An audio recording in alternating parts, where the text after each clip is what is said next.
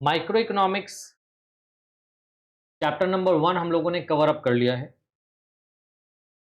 और first chapter में हम लोगों ने बेसिकली इंट्रोडक्शन पोर्शन को कवर अप किया कि इकोनॉमिक्स किसे कहते हैं, इकोनॉमी का डेफिनेशन क्या होता है, इकोनॉमी के टाइप्स क्या हैं, इकोनॉमी का सेंट्रल प्रॉब्लम कितने हैं, मॉडर्न प्रॉब्लम कौन-कौन सा है। एंड सबसे इम्पोर्टेंट पॉइंट, आपने फर्स्ट चैप्टर कवर अप कर लिया, 5 लेक्चर में इसको कवर अप कराया गया है और इसमें जितने भी पॉइंट्स हैं वो आपको याद होने चाहिए। और याद रखने का सिंपल तरीका है कि you should revise it thrice, 3 बार आपको कम से कम रिवीजन करना होगा। तो apart from covering the lectures, आपका रिवीजन टाइम होना चाहिए। देखिए 2 टाइम रिवाइज कीजिए और थर्ड टाइम में लिखने का प्रैक्टिस करिए। या अगर आपके पास टाइम है, अगर आप टाइम उतना दे सकते हो अपने स्टडी में, जो कि देना चाहिए, बिकॉज एक स्टूडेंट 8 घंटे अपने स्टडी के जॉब पे होता है। स्टूडेंट जो है उसको 8 घंटे पढ़ाई करनी होती है, दैट्स हिज जॉब। तो सेल्फ स्टडी के लिए आप उतना टाइम आपको निकालना ही निकालना है, apart from doing your classes, whether you are doing online और ऑफलाइन, डजेंट मैटर, लेकिन फिर भी आपको एक्स्ट्रा टास्क कवर अप करना आपके लिए इसलिए ज़रूरी है क्योंकि इससे कहीं ना कहीं आपको हेल्प होता है चैप्टर्स को कवर अप करने में। ठीक है, क्या कवर अप करने में? चैप्टर्स कवर अप करने में। तो आज का जो हमारा चैप्टर है वो है कंज्यूमर्स इक्विलिब्रियम के बारे में। और जिस तरीके से हमने फर्स्ट चैप्टर को 5 पार्ट्स में डिवाइड करके कवर अप किया है, हम लोग चैप्टर नंबर 2 को भी पार्ट बाय पार्ट करके डिस्कस करेंगे। और आपको क्लास के लेक्चर के स्टार्ट में ही पता चल जाएगा कि आप फर्स्ट लेक्चर में कौन-कौन से इन्फॉर्मेशंस जानने वाले हो। जब चैप्टर आपका एंड हो तो एक बार रिकॉल कर लीजिए कि did you understood those point जो आज की क्लास में डिस्कस हुआ। जैसे फॉर एग्जांपल आज का जो हमारा पहला लेक्चर है माइक्रो इकोनॉमिक्स का, चैप्टर नंबर 2 से रिलेटेड जो फर्स्ट लेक्चर है हमारा, वो क्या है? चैप्टर का नाम क्या है हमारा? चैप्टर का नाम है हमारा कंज्यूमर्स इक्विलिब्रियम। अगर आप एनसीईआरटी के बुक से कवर अप करना चाहते हैं तो उसका हमारा separate lectures already class mode पे कवर कराया हुआ है। ठीक है, वो आपको ऑनलाइन पे वो आपको हमारे चैनल्स पे मिल जाएगा एनसीईआरटी से, जिसमें हमने बुक्स के डिस्कशन को कवर अप किया है। फिलहाल हम स्लाइड्स का डिस्कशन कवर अप कर ले रहे हैं, फिर हमें टाइम मिलेगा तो we will discuss those concept in the books के पॉइंट ऑफ व्यू से भी हम लोग डिस्कस करते हुए चलेंगे, लाइन बाय लाइन भी हम लोग कवर अप करेंगे। ठीक है, वो एनसीईआरटी का वो अलग से हम लोग बाद में करेंगे। ठीक है, फिलहाल हम आपको शॉर्ट में कॉन्सेप्ट दे दे रहे हैं, कॉम्पैक्ट फॉर्म में कॉन्सेप्ट दे दे रहे हैं। अगर आपने इतने कॉन्सेप्ट को कवर अप कर लिया तो यकीन जानिए आपसे इकोनॉमिक्स का क्वेश्चन नहीं छूटने वाला है, चाहे माइक्रो इकोनॉमिक्स का हो या फिर हम लोग इसके बाद जो मैक्रो इकोनॉमिक्स करेंगे उसका। तो बिना टाइम वेस्ट किए हम लोग आज का लेक्चर स्टार्ट करेंगे। देख लीजिए आज क्या पढ़ने वाले हो आप। कंज्यूमर, आप कंज्यूमर का डेफिनेशन जानेंगे, यूटिलिटी का डेफिनेशन जानेंगे और टाइप्स ऑफ यूटिलिटी के बारे में आपको पता लगेगा। तो ये 3 पॉइंट ऑफ डिस्कशन है आज का हमारा कि कंज्यूमर किसे कहते हैं, कंज्यूमर की यूटिलिटी का क्या मतलब है और यूटिलिटी कितने टाइप्स का होता है। ठीक है ना। तो सबसे पहले बात कर लेंगे हम लोग consumer, who is to be called a consumer. एक कंज्यूमर किसे कहा जाएगा, हम कंज्यूमर किसे कहेंगे। Let's see what's written here. Consumer कौन है और कंज्यूमर कौन हो सकता है? एक इंडिविजुअल हो सकता है, हम और आप जैसे लोग। हम जब भी कोई चीज़ मार्केट से खरीदते हैं इस्तेमाल करने के लिए तो हम उस समय क्या कहला रहे होते हैं? कंज्यूमर। चाहे वो अपने इस्तेमाल के लिए हो या किसी को गिफ्ट करने के लिए हो, अगर हमने गुड्स को खरीदा है for any purpose, for any use, I would be called a consumer. क्या कंज्यूमर सिर्फ एक इंडिविजुअल होगा? नहीं, आपको पता होना चाहिए सिर्फ एक इंडिविजुअल ही मार्केट से सामान नहीं खरीदता, गुड्स और सर्विसेज का परचेज नहीं करता। एक ऑर्गेनाइजेशन भी मार्केट से अपने ज़रूरत की चीज़ें खरीदती है, एक एंटिटी भी अपने लिए मार्केट से गुड्स और सर्विसेज परचेज करती है, तो उसे भी हम क्या बोलेंगे? कंज्यूमर बोलेंगे। गवर्नमेंट भी कंज्यूमर हो सकती है, कब? जब वो मार्केट से गुड्स और सर्विस खरीदे। तो अ कंज्यूमर एक इंडिविजुअल या एक एंटिटी है जिसका काम क्या है? परचेज करना, इस्तेमाल करना किस चीज़ को, गुड्स और सर्विस को, गुड्स और सर्विस को परचेज करना, यूज़ करना। जो इंडिविजुअल एंटिटी ऐसा, जो इंडिविजुअल या जो ऑर्गेनाइजेशन, जो एंटिटी ऐसा करते हैं उसे हम क्या बोलेंगे, कंज्यूमर बोलेंगे। इकोनॉमिक्स की भाषा में अगर हम बात करेंगे तो consumers are the end users. Consumer कौन है, वो एक एक्सट्रीम पे है, एंड यूजर्स है। काम क्या है इनका, जो एक्चुअली में डिमांड क्रिएट करते हैं। डिमांड का क्रिएशन कहां से आता है, कंज्यूमर से। किस चीज का डिमांड, प्रोडक्ट और सर्विसेज का। याद कीजिए, हम मार्केट से जाके क्या खरीदते हैं, हम क्या डिमांड करते हैं, या तो ये कोई गुड्स होता है, कोई फिजिकल चीज, जैसे कहीं फर्नीचर खरीदने चले गए, या फिर कोई सर्विसेज होता है, जैसे फर्नीचर कोई खराब हो गया तो हम कारपेंटर को लेके आए रिपेयरिंग करने के लिए, तो सर्विसेज खरीदने के लिए चले गए।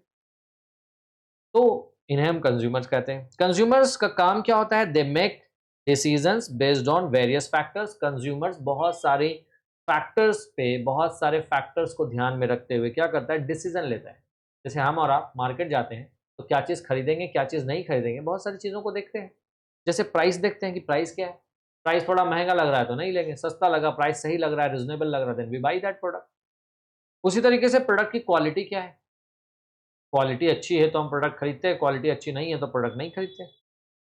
हमें क्या पसंद है, क्या नहीं पसंद है, ये चीज़ें भी बहुत मैटर करती हैं कंज्यूमर के लिए। उसके अलावा यानी ये वो फैक्टर्स है जिन फैक्टर्स को ध्यान में रखते हुए कंज्यूमर क्या करता है, गुड्स और सर्विस का परचेज करता है मार्केट में।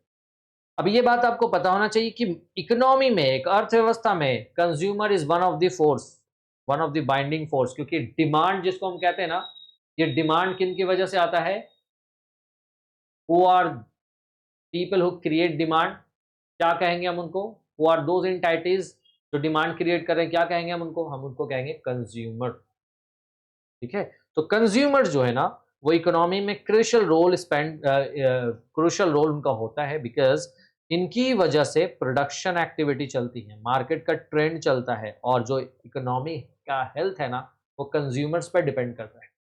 अगर गुड्स और सर्विसेज का डिमांड बढ़ रहा है, that means consumers are wanting more and more number of goods and services, will create more demand, और ये इकोनॉमी के लिए एक हेल्दी साइन है। शॉर्ट डिस्क्रिप्शन देख लीजिए, he is an economic agent. Consumer एक इकोनॉमिक एजेंट है। इकोनॉमिक एजेंट हम कहते हैं हर उस इंडिविजुअल को जो कोई इकोनॉमिक डिसीजन लेता है। जब भी हम कोई इकोनॉमिक डिसीजन लेते हैं, खरीदने का, बेचने का, एक्सचेंज करने का, तो I would be called an economic agent. तो कंज्यूमर क्या करता है, एक इकोनॉमिक एजेंट है, चूंकि वो खरीदता है इस्तेमाल करने के लिए। क्या करता है, खरीदता है। He who consumes buys, consumes या तो इस्तेमाल करता है, या बाई या खरीदता है। क्या खरीदता है, गुड्स एंड सर्विसेज। किसके लिए, वांट्स को सेटिस्फाई करने, अपनी जरूरतों को पूरा करने। तो आई होप तो कंज्यूमर का जो मीनिंग है वो क्लियर हुआ। अब बात करेंगे कि ये जो कंज्यूमर है, which is one of the reason for a binding force in the market, market के एक फोर्सेस के लिए one of the important reason है कंज्यूमर। अगर हम इसके बारे में पूछें कि इसका ऑब्जेक्टिव क्या है, कंज्यूमर मार्केट में चाहता क्या है, क्या मकसद लेके जाता है। आप भी मार्केट में गुड्स और सर्विस खरीदने जाते हो, क्या सोच के जाते हो, हाँ, कुछ सोच के जाते होगे, क्या ऑब्जेक्टिव होता है आपका, what is the objective of a consumer, या एक कंज्यूमर मार्केट में किस तरीके से बिहेव करता है, क्या आप आंसर देंगे इसका। देखिए, हम कोई भी गुड्स और सर्विसेज खरीदते हैं अपनी जरूरतों को पूरा करने के लिए खरीदते हैं, और हम एज ए कंज्यूमर, हम जब मार्केट जाते हैं तो हम ये चाहते हैं कि जो गुड्स और सर्विसेज हम ले करके आए, उससे हमें मैक्सिमम बेनिफिट, मैक्सिमम सेटिस्फैक्शन हासिल, क्या हासिल हो, मैक्सिमम सेटिस्फैक्शन, ये मकसद लेके जाते हैं। हर कंज्यूमर चाहता है कि मार्केट में वो जो भी गुड्स और सर्विसेज खरीदने के लिए गया है, उससे उसको हाईएस्ट सेटिस्फैक्शन मिले। So the objective of the consumer is to spend his limited income on goods and services in such a way that he gets maximum satisfaction. एक लाइन में कह सकते हैं आप, to derive the maximum satisfaction from the purchase of the goods and services is known as is what is something that is the objective of the consumer. यही वो चीज है जो कंज्यूमर का मेन मकसद है। कंज्यूमर इसी मकसद को लेके मार्केट में एंटर करता है। तो let's see, a consumer, the objective of a consumer is to get maximum satisfaction from the expenditure incurred on various goods and services. एक कंज्यूमर अलग अलग गुड्स और सर्विसेज पे जितना अमाउंट खर्च करना चाहता है, या जितना अमाउंट वो खर्च कर रहा है, वो चाहता है कि उससे उसको मैक्सिमम सेटिस्फैक्शन हासिल हो। That is what is his objective, this is the objective of a consumer, to derive maximum satisfaction by the spending of the income on various goods and services. आगे चलेंगे। अब हम बात करते हैं यूटिलिटी। इकोनॉमिक्स में यूटिलिटी, ये जो वर्ड है यूटिलिटी, क्या मतलब है इसका? यूटिलिटी, आपको ये बात पता होगा कि कोई भी गुड्स और सर्विसेज जो हम इस्तेमाल करते हैं उससे हमारी ज़रूरतें पूरी होती है। एक कॉमन फेनोमेना है, ईजी बात है, हम सब समझते हैं इस बात को। जो भी मार्केट में हम कोई सा भी गुड्स उठाओ ना, कोई सा भी सर्विस उठाओ, हम क्यों ले रहे हैं उसको? क्योंकि कहीं ना कहीं उससे हमारा कोई ज़रूरत पूरा हो रहा है। इसका मतलब क्या है? इसका मतलब है जो गुड्स और सर्विसेज है ना, उसके अंदर वांट्स को सेटिस्फाई करने का पावर है। क्या है? गुड्स और सर्विसेज के अंदर वांट्स को सेटिस्फाई करने का पावर है। इसी पावर को इकोनॉमिक्स में क्या कहा जाता है? यूटिलिटी। यूटिलिटी का डेफिनेशन समझ आ गया होगा। तो want satisfying power of a goods और services is termed as utility. Utility क्या है? It refers to the amount of satisfaction that a consumers receives from consumptions of a goods and services. एक goods और service को consume करने के बाद, goods और सर्विस को कंज्यूम करने के बाद जितना सेटिस्फैक्शन, जितना अमाउंट ऑफ सेटिस्फैक्शन कंज्यूमर को मिलता है, ठीक है, उन गुड्स और सर्विस को कंज्यूम करने से, इसे हम कहते हैं यूटिलिटी। क्या कहते हैं? यूटिलिटी। आई होप कि इसका डेफिनेशन समझ में आया। कई तरीके से डिफाइन कर सकते हो। Want satisfying power of a goods और service is known as utility. आगे चलेंगे। देखिए, आप अगर ध्यान देंगे ना, रिपीट करेंगे मेरे साथ, तो बहुत सारा डेफिनेशन तो आपको यूं ही आपको क्लास में ही याद हो जाएगा। ठीक है, और क्लास का सिर्फ लेक्चर ढूंढे नहीं, बल्कि रिपीट करा करें कि क्या बताया गया। Try to recall those point. अभी जस्ट डिस्कस करा हमने utility, repeat that point. which wants satisfying power of a goods and service is known as utility. Try to keep these points inside your brain. याद हो जाएगा आपको। अक्सर होता है ना कि जब हम पढ़ाई कर रहे होते हैं तो हमारा माइंडसेट होता है कि कवर कर लेते हैं, फिर बाद में आराम से इसको देखेंगे। Why are you wasting your time? क्यों आप ये नहीं सोचते हो कि क्लास करते वक्त हम मैक्सिमम पॉइंट्स याद कर लें, ताकि जब बाद में हम रिवीजन करेंगे we will have only few points to remember, to revise. तो कोशिश करना चाहिए कि क्लास में ही हम ज्यादा से ज्यादा चीजों को समझ लें, रिकॉल कर लें, याद कर लें। देखो, 3 बार रिवीजन करना इंपॉर्टेंट होता है। एक बार तो आप तुरंत रिवीजन कर सकते हो, जैसे ही आपका क्लास एंड हुआ, sit down, relax, try to remember those points, क्या क्या डिस्कस हो, क्या बताया गया। 50% काम तो आपका उसी वक्त हो जाएगा। और 1-2 दिन के बाद अगर आपने उन सारे पॉइंट्स को दोबारा से रिकॉल कर लिया, your the revision will make this information complete up to 75 to 80%, 75-80% आपको याद हो जाएगा। And one more time revision, it's done. अब भूलोगे नहीं, एटलीस्ट तब तक तो नहीं भूलोगे जब तक एग्जाम आने वाला। तो हम आगे बढ़ेंगे। यूटिलिटी के बाद हम नेक्स्ट पॉइंट की तरफ बात करेंगे, कैरेक्टरिस्टिक्स ऑफ यूटिलिटी। यूटिलिटी की खासियत क्या है? यूटिलिटी का फीचर, सबसे पहला point, utility depends upon urgency और इंटेंसिटी ऑफ वांट्स। यानी हमें किसी गुड्स और सर्विस से कितना सेटिस्फैक्शन मिलेगा, ये डिपेंड करता है कि हमें उस गुड्स की कितनी जरूरत है, हम उस गुड्स को किस इंटेंसिटी से चाहते हैं हासिल करना। जैसे मान लीजिए आप और आपके फ्रेंड मार्केट ट्रैवल करने के लिए गए, आप चाहते हैं अपने लिए एक अच्छा सा ड्रेस खरीदना। एक शॉप पे विजिट करा आपने, दूसरे शॉप पे विजिट करा आपने, you are looking at dresses, but आपको भी पसंद नहीं आ रहा है। 2-3 शॉप पे ट्रैवल करने के बाद आपको जोर का भूख लग गया। अब क्या करोगे आप? कपड़ा खरीदोगे कि पहले खाना खाओगे? What will you do? Exactly, पहले खाना खाओगे। क्यों? क्योंकि ये अर्जेंट नीड हो गया है। अभी आपको समझ में नहीं आएगा, जब तक पेट भरेगा नहीं आप अच्छे से चीज़ों को कर नहीं पाओगे। ठीक है ना?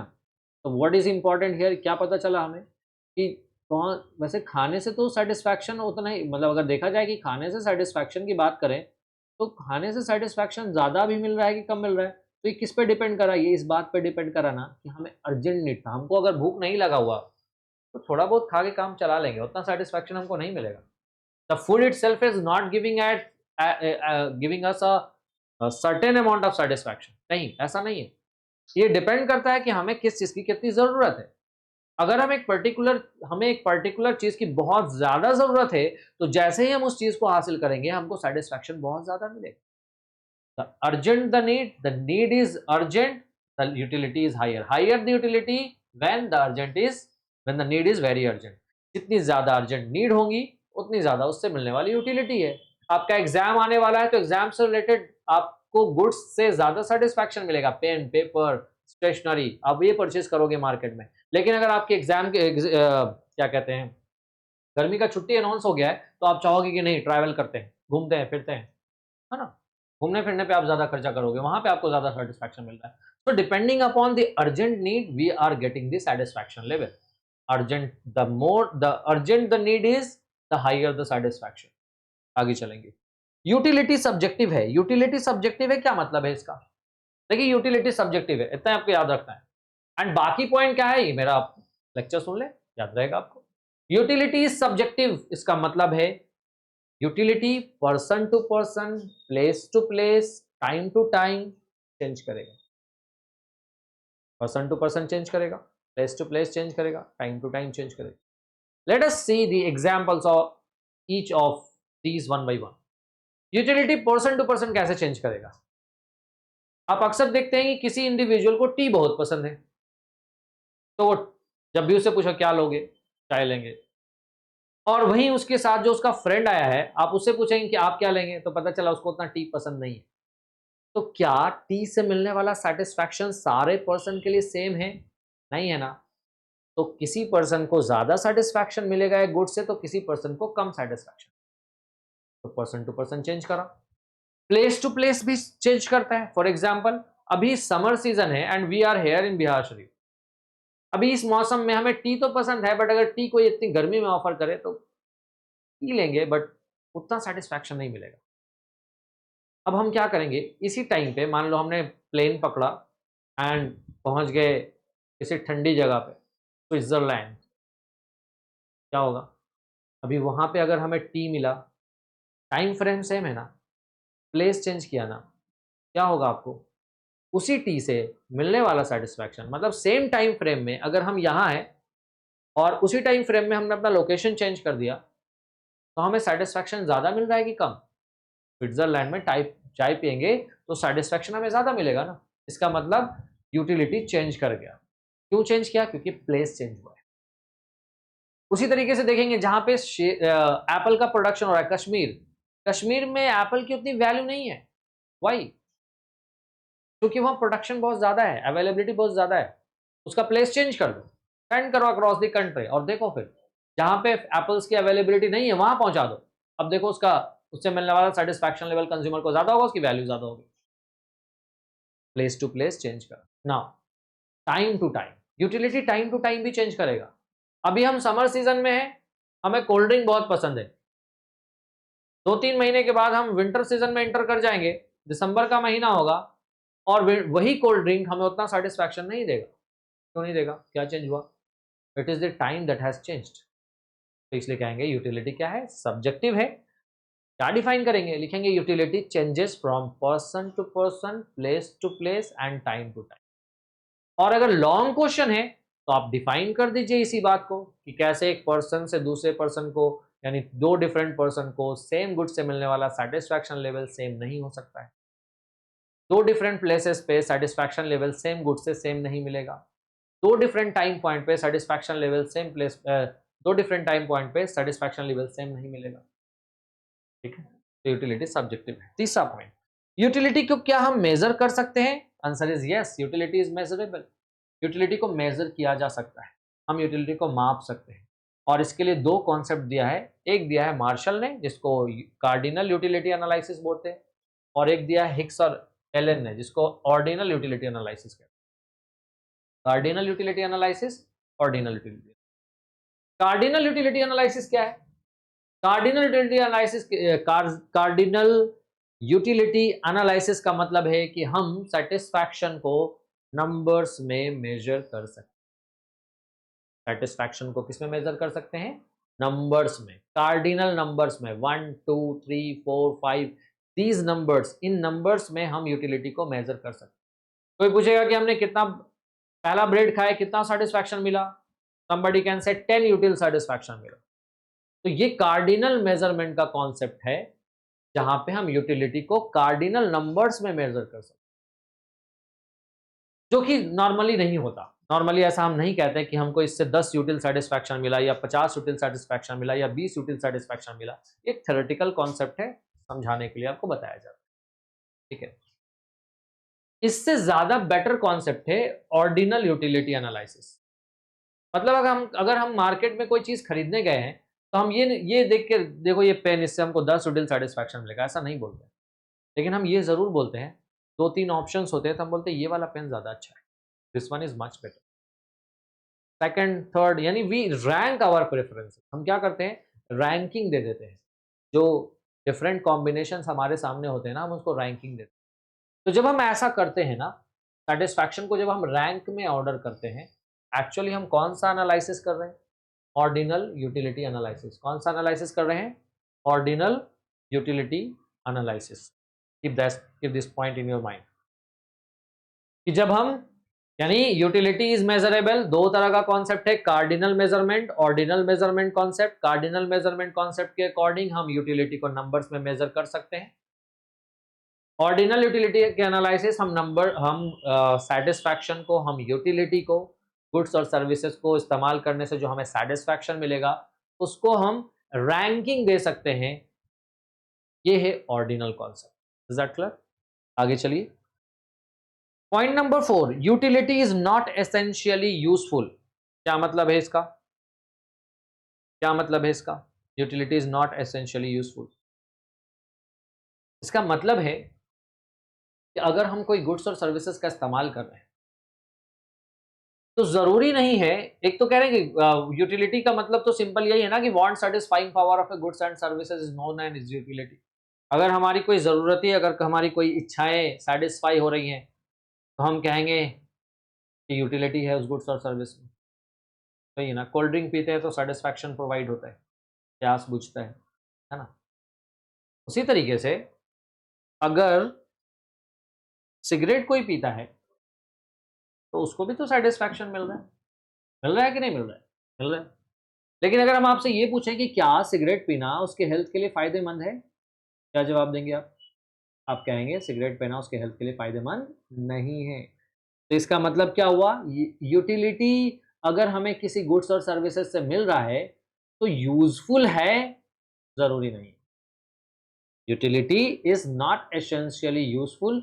यूटिलिटी यानी सेटिस्फैक्शन, वांट सेटिस्फैक्शन पावर, अगर हमें किसी गुड्स और सर्विसेज से मिल रहा है तो वो हमें फायदा ही पहुंचा रहा है, ऐसा जरूरी नहीं है। सिगरेट पीने से किसी को सेटिस्फैक्शन मिल रहा है, किसी को नशा करने से सेटिस्फैक्शन मिल रहा है, बट वो हमारी सेहत के लिए अच्छा नहीं है।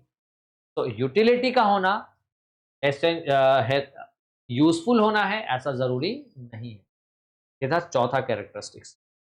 आई होप की बात समझ में आई। अब आते हैं measurement concept of utility. Utility का मेजरमेंट कॉन्सेप्ट। यूटिलिटी को हम दो तरीके से, दो कॉन्सेप्ट है मेजरमेंट का, एक है टोटल यूटिलिटी और एक है मार्जिनल यूटिलिटी। देखो, हम जब भी कोई गुड्स कंज्यूम करते हैं तो उस गुड्स का एक से ज्यादा यूनिट यूजुअली कंज्यूम करते हैं। जैसे आप सुबह में नाश्ता करने बैठते होगे तो एक से ज्यादा यूनिट खाते होगे, एक रोटी में तो पेट नहीं भरता, एक से ज्यादा रोटी खाते हो, राइट?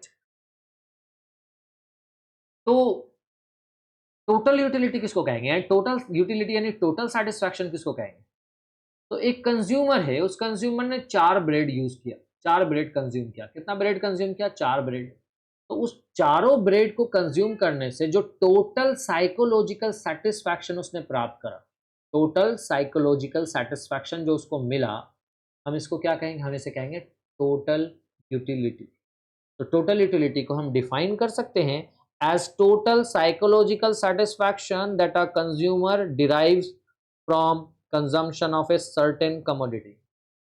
एक सर्टेन कमोडिटी को कंज्यूम करने से जो टोटल साइकोलॉजिकल सेटिस्फैक्शन एक कंज्यूमर को मिलता है उसे हम कहते हैं टोटल यूटिलिटी। क्या कहते हैं? Total utility. And total utility का कैलकुलेशन कैसे होता है? Total utility is equal to sum total of marginal utility. अब सवाल यह है कि मार्जिनल यूटिलिटी क्या है, यानी यहां पर देखें TU is equal to summation of MU लिखा हुआ है। तो टोटल यूटिलिटी मतलब टोटल साइकोलॉजिकल सेटिस्फैक्शन, एक गुड्स के सर्टेन यूनिट को कंज्यूम करने से जो हमें मिला है उसको हम टोटल यूटिलिटी कह रहे हैं। तो फिर मार्जिनल यूटिलिटी क्या होगा? मार्जिनल यूटिलिटी किसको कहेंगे? Let's C those concept. देखो, दोनों ही एक दूसरे से डिराइव होता है। TU MU से डिराइव होगा और MU TU से डिराइव होगा, यानी दोनों एक दूसरे पर डिपेंडेंट है, एक दूसरे का कॉम्प्लीमेंट्री है, एक से दूसरा आप कैलकुलेट कर सकते हो। आगे देखिए, मार्जिनल यूटिलिटी क्या है? मार्जिनल ये जो वर्ड है ना इकोनॉमिक्स में जब भी यूज हो तो इसका सेंस जो निकलता है वो है एडिशनल। क्या सेंस निकलता है? एडिशनल। तो मार्जिनल यूटिलिटी का मतलब क्या हुआ? Additional utility, additional satisfaction. आपने पहला ब्रेड खाया तो आपको मान लीजिए कि 10 यूटिल का सेटिस्फैक्शन मिला। आपने दूसरा ब्रेड खाया तो आपका सेटिस्फैक्शन 10 से बढ़ के टोटल 18 यूटिलिटी हो, 18 यूटिल्स हो गया। तो अगर आपसे कोई पूछे कि दूसरे ब्रेड से कितना कितना सेटिस्फैक्शन मिला, तो आप क्या बोलेंगे? 10 से 18 पहुंचा, मतलब 8 यूटिल का सेटिस्फैक्शन मिला। क्या मिला? 8 यूटिल्स का सेटिस्फैक्शन। अब देखो यहाँ पे हमने एक वर्ड यूज करा, एक वर्ड हमने यूज करा क्या? कि आपने पहला ब्रेड खाया तो 10 यूटिल्स का सेटिस्फैक्शन मिला, और दूसरा ब्रेड खाया तो आपका सेटिस्फैक्शन टोटल बढ़ के कितना हो गया? 18 यूटिल हो गया। यूटिल क्या है? जिस तरीके से हम वेट को केजी में, पाउंड में मेजर करते हैं, उसी तरीके से सेटिस्फैक्शन को मेजर करने के लिए जो यूनिट दिया गया है उस यूनिट को बोला जाता है यूटिलिटी। यूटिल्स क्या कहा जाता है? उस यूनिट को क्या कहा जाता है? यूटिल्स कहा जाता है। रिमेंबर, वेट को केजी में मेजर कर रहे हैं तो सेटिस्फैक्शन को मेजर करने के लिए जो यूनिट यूज होता है वो को क्या कहते हैं? यूटिल्स। ये कोई स्टैंडर्ड, इंटरनेशनल स्टैंडर्ड का यूनिट नहीं है, बस कॉन्सेप्ट वाइज आपको पढ़ाया जाता है और आप जान ले। स्टैंडर्ड यूनिट नहीं है, क्योंकि जिस कॉन्सेप्ट पर यह आधारित है वही कॉन्सेप्ट ज़्यादा पॉपुलर नहीं है, उससे ज़्यादा पॉपुलर है ऑर्डिनल यूटिलिटी एनालिसिस। तो खैर, कार्डिनल यूटिलिटी एनालिसिस में यह है कि यूटिल्स को मेजर करने के लिए जो यूनिट यूज करा जाता है वो है, यूटिलिटी को मेजर करने के लिए जो यूनिट यूज करते हैं वो है यूटिल्स। ठीक है। तो एक कंज्यूमर ने अगर पहला ब्रेड खाया और उसको 10 यूटिल्स का सेटिस्फैक्शन मिला, और दूसरा ब्रेड खाया तो उसका सेटिस्फैक्शन बढ़ के अगर 18 यूनिट हो गया, तो इसका मतलब है कि मार्जिनल यूटिलिटी, एडिशनल सेटिस्फैक्शन उसको कितना मिला? तो 18 माइनस 10 यानी सेकंड ब्रेड से उसको 8 यूटिल का सेटिस्फैक्शन। ये है marginal. Now see the definition. It refers to an addition made to total utility. Total utility में जितना एडिशन होगा, टोटल यूटिलिटी में जितना इंक्रीज होगा। क्यों इंक्रीज हुआ? Bye consuming an additional unit of A commodity. एक एक्स्ट्रा यूनिट एक कमोडिटी का आपने यूज कंज्यूम कर लिया, तो उसकी वजह से टोटल यूटिलिटी में जो चेंज आएगा ना, उस चेंज को हम क्या बोलेंगे? Marginal utility. तो मार्जिनल यूटिलिटी का मतलब हो गया change in total utility when one more और one less unit of a commodity is consumed by a consumer। जब एक कंज्यूमर किसी कमोडिटी का एक एक्स्ट्रा या एक कम यूनिट कंज्यूम करे, तो मार्जिनल टोटल यूटिलिटी में जो चेंज आएगा ना, उस चेंज को हम क्या बोलेंगे? Marginal utility. कैसे निकालेंगे मार्जिनल यूटिलिटी को? तो मार्जिनल यूटिलिटी अभी आपने देखा है कैसे निकाला हमने, ये है, यानी 18 यूटिलिटी क्या है? 18 यूटिल्स जो हमने लिया एग्जांपल में, TU2 है, दो ब्रेड खाने का टोटल सेटिस्फैक्शन है। 10 यूटिल्स क्या है? TU1 है, एक ब्रेड खाने का टोटल सेटिस्फैक्शन है, right. Let's just subtract TU2 minus TU1, कितना आया? ये 8 यूटिल्स। और ये किसका वैल्यू है? ये MU2 का वैल्यू है, सेकेंड ब्रेड का मार्जिनल यूटिलिटी। कितना? 8 यूटिल्स। कैसे निकला? सेकेंड यूनिट तक का टोटल यूटिलिटी में से फर्स्ट यूनिट तक का टोटल यूटिलिटी आपने माइनस कर दिया। अब इसी वैल्यू को हम जनरलाइज कर दें, इसको 2 को हम देते हैं n, MUN। तो जहां जहां 2 है वहां वहां n लिख लेंगे। तो 2 यहां था, 2 यहां था, इस दोनों को n से प्लेस कर दिए। अब जहां पे 1 है वहां पे क्या करेंगे? n माइनस 1 कर देंगे। तो आपका फॉर्मूला बन के आ गया। ये वाला फॉर्मूला देखिए, MUN is equal to TUN minus TUN minus 1। nth unit का टोटल यूटिलिटी ले लीजिए और n माइनस 1 यूनिट तक का टोटल यूटिलिटी उससे घटा दीजिए, आपको MUN यानी nth यूनिट का आपको मार्जिनल यूटिलिटी मिल जाएगा। जैसे यहाँ पे सेकंड यूनिट का, सेकंड ब्रेड का हमको मार्जिनल यूटिलिटी पता करना था, तो हमने क्या करा? दो ब्रेड तक का टोटल यूटिलिटी ले लिया और उसमें से माइनस कर दिया फर्स्ट ब्रेड तक का टोटल यूटिलिटी। तो we got the answer. Is that clear? लेकिन ये फॉर्मूला आपका तब लगेगा जब आपको कंटिन्यूअस कंजम्पशन दिया जाए। क्या दिया जाए? Continuous consumption. अगर कंटिन्यूअस कंजम्पशन नहीं है ना, तो उस केस में आपका मार्जिनल यूटिलिटी आपके एवरेज यूटिलिटी से डिराइव होगा। वहां पे आप ये वाला फॉर्मूला यूज करोगे, MUX is equal to change in TUX by change in QX। यानी टोटल यूटिलिटी में जितना चेंज आया वो ऊपर ले लीजिए और टोटल क्वांटिटी में जितना चेंज आया वो नीचे ले लीजिए। फॉर एग्जांपल, मान लीजिए कहे कि 5 ब्रेड आपने कंज्यूम कराया, टोटल सेटिस्फैक्शन 60 यूटिल्स का है, और 8 ब्रेड कंज्यूम करा तो आपका टोटल सेटिस्फैक्शन जो है वो 81 यूटिल्स हो गया। कितना हो गया? 81 यूटिल्स, 81 यूटिल्स, 81 यूटिल्स। तो आपसे कहेगा कि मार्जिनल यूटिलिटी बताइए, मार्जिनल यूटिलिटी बताइए, तो ये वाला फॉर्मूला यूज कर लेंगे। देखिए चेंज इन टी यू कितना है, तो 81 माइनस 60 यानी 21, 81 माइनस 60 यानी 21 आया, और क्वांटिटी में कितना चेंज है, 8 माइनस 5 यानी कितना हो गया, 21 माइनस 3 यानी कितना आ गया, 7 utils. What is the value of marginal utility here, 7 utils, 7 यूटिल का मार्जिनल सेटिस्फैक्शन है, which is actually the average of all three, मतलब कि छठा, सातवां, आठवां तीनों का आपको जो है ना मार्जिनल यूटिलिटी कितना मिलेगा, 7 ही मिलेगा। We have taken average here. कई बार एवरेज यूटिलिटी भी पूछ लेता है, तो जब भी एवरेज पूछेगा ना, तो एवरेज यूटिलिटी हमको डिफाइन करना हो, कैसे करेंगे, per unit utility of consuming A commodity. एक कमोडिटी को कंज्यूम करने का पर यूनिट यूटिलिटी क्या कहलाएगा, एवरेज यूटिलिटी। लिख लीजिए इसको भी, average utility, per unit utility of consuming a commodity. आप इसे कैसे कैलकुलेट करेंगे, एवरेज यूटिलिटी, हालांकि ये कॉन्सेप्ट ज्यादा पॉपुलर है नहीं, बट अगर आ गया तो कैसे निकालेंगे, T U by Q, total utility में क्वांटिटी से डिवाइड कर देंगे, आपको एवरेज यूटिलिटी मिल जाएगा। तो ये था हमारा लेक्चर जिसमें हमने टी यू के बारे में और एम यू के बारे में डिस्कस किया। अभी देखिए टी यू, टोटल यूटिलिटी आपको दिया हुआ है, पहला यूनिट कंज्यूम किया आपने ब्रेड का एक्स, मान लीजिए ब्रेड ले लेते हैं, आपने पहला ब्रेड कंज्यूम किया, टोटल सेटिस्फैक्शन 10 यूटिल है। दूसरा ब्रेड कंज्यूम किया, टोटल सेटिस्फैक्शन 19 यूटिल है। तीसरा ब्रेड कंज्यूम किया, टोटल सेटिस्फैक्शन 27 यूटिल है। चौथा ब्रेड कंज्यूम किया, टोटल सेटिस्फैक्शन 34 यूटिल है। पांचवा ब्रेड कंज्यूम किया, टोटल सेटिस्फैक्शन 40 यूटिल से। छठा ब्रेड कंज्यूम किया, टोटल सेटिस्फैक्शन 38 यूनिट है। अब हमको निकालना क्या है, मार्जिनल यूटिलिटी निकालना है। हम क्या करेंगे, हर यूनिट का उससे पहले वाले से माइनस कर दो, तो 10 माइनस 0 कितना आएगा, 10 आएगा। 19 माइनस 19, ये 10 आया। 19 माइनस 10 कितना आ गया, 9। 27 minus 19 8। 34 minus 27 7। 40 minus 34 6। 38 minus 40 minus 2। ये हमारा मार्जिनल यूटिलिटी निकल गया, 10 9 8 7 6 माइनस 2। तो टी यू से एम यू निकाल लिया। एम यू से टी यू कैसे निकालेंगे, जोड़ दीजिए, पहला का होगा 10, दूसरे का होगा 10 प्लस 9 19, तीसरे का होगा 10 प्लस 9 प्लस 8 27, चौथे का होगा 10 प्लस 9 प्लस 8 प्लस 7 34, पांचवें का होगा 10 प्लस 9 प्लस 8 प्लस 7 प्लस 6 यानी 40, और छठे का होगा 10 plus 9 plus 8 plus 7 plus 6 minus 2 यानी 38। ठीक है ना, कोई दिक्कत यहाँ तक। अब आप कहेंगे कि सर ये नेगेटिव कैसे आ गया, होता है, नेगेटिव भी आ सकता है। अब मान लो आप बिरयानी खाने गए, आपको दावत मिला हुआ था, पहला प्लेट बिरयानी लिए, अच्छा लगा आपको, एक प्लेट और ले लिए, अच्छा लगा, मन नहीं भरा है, पेट भर गया, मन नहीं भरा, आप थर्ड प्लेट बिरयानी ले लीजिए, जबरदस्ती ठूस रहे हो, क्या होगा, बदहजमी हो जाएगी, यानी सेटिस्फैक्शन लेवल आपका बढ़ा नहीं। अब घर जाके फील करोगे कि बेकार हमने बिरयानी खा लिया, 2 ही प्लेट ठीक था। ठीक है, तो आई होप की बात समझ में आई हो आपको।